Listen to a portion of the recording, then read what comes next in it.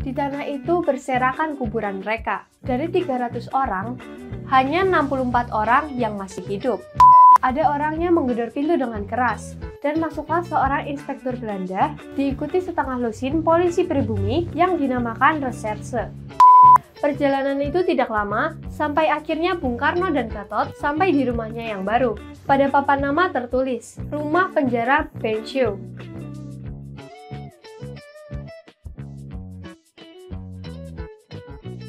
Di episode kali ini, beberapa tokoh yang dianggap berbahaya oleh Belanda akan berakhir di penjara.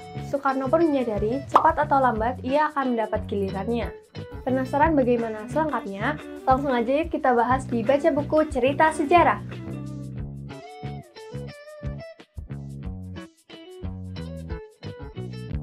Karena perkembangan PPKI sangat pesat, Bung Karno menjadi seorang yang selalu diawasi dan dicurigai. Bung Karno sebelumnya telah diberi peringatan dan ia mengetahui hukuman apa yang akan diterima kalau ia melanggarnya. Seperti yang tertera pada Kitab Undang-Undang Dasar Hukum Pidana, yaitu barang siapa diketahui mengeluarkan perasaan kebencian atau permusuhan, baik tertulis maupun lisan, atau barang siapa yang berhubungan langsung maupun tidak dengan kegiatan menghasut untuk mengadakan pengacauan atau pemberontakan terhadap pemerintah Belanda dikenakan hukuman 7 tahun penjara.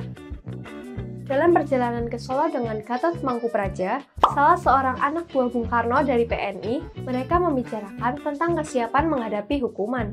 Gatot bertanya, apa Bung Karno takut? Bung Karno menjawab, tidak.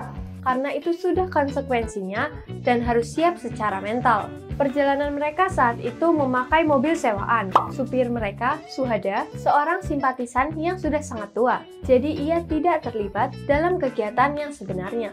Suhada pun bertanya dengan hati-hati, berapa banyak saudara-saudara kita yang dikirim ke pembuangan? Bung Karno menjawab, bahwa ada lebih dari 2.000 orang dibuang ke Tanah Merah di tengah hutan belantara Bovendigul di tanah Papua.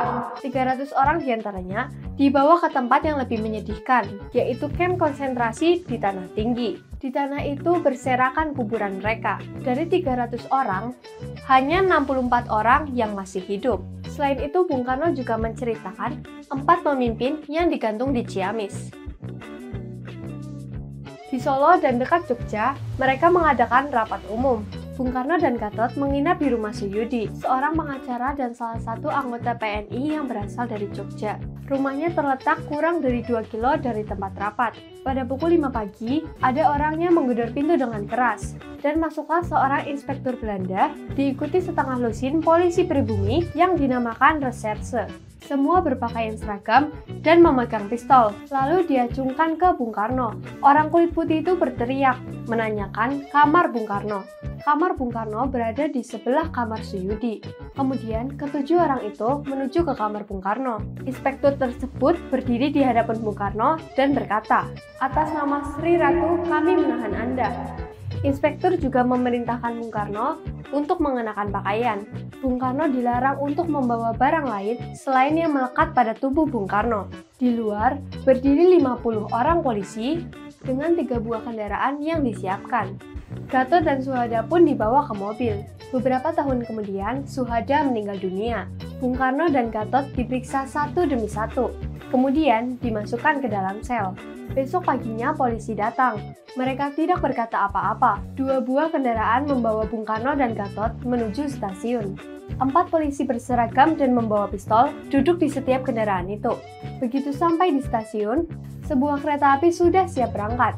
Pada pukul 7 malam, Bung Karno dan Gatot dengan sengaja diturunkan di Cicalengka, daerah pinggiran yang jaraknya 30 km dari Bandung, dengan tujuan untuk menghindarkan keributan yang mungkin timbul. 5 komisaris polisi, 2 pengendara sepeda motor, setengah lusin inspektur, mengawal iring-iringan. Perjalanan itu tidak lama, sampai akhirnya Bung Karno dan Gatot sampai di rumahnya yang baru. Pada papan nama tertulis, Rumah Penjara Benschop.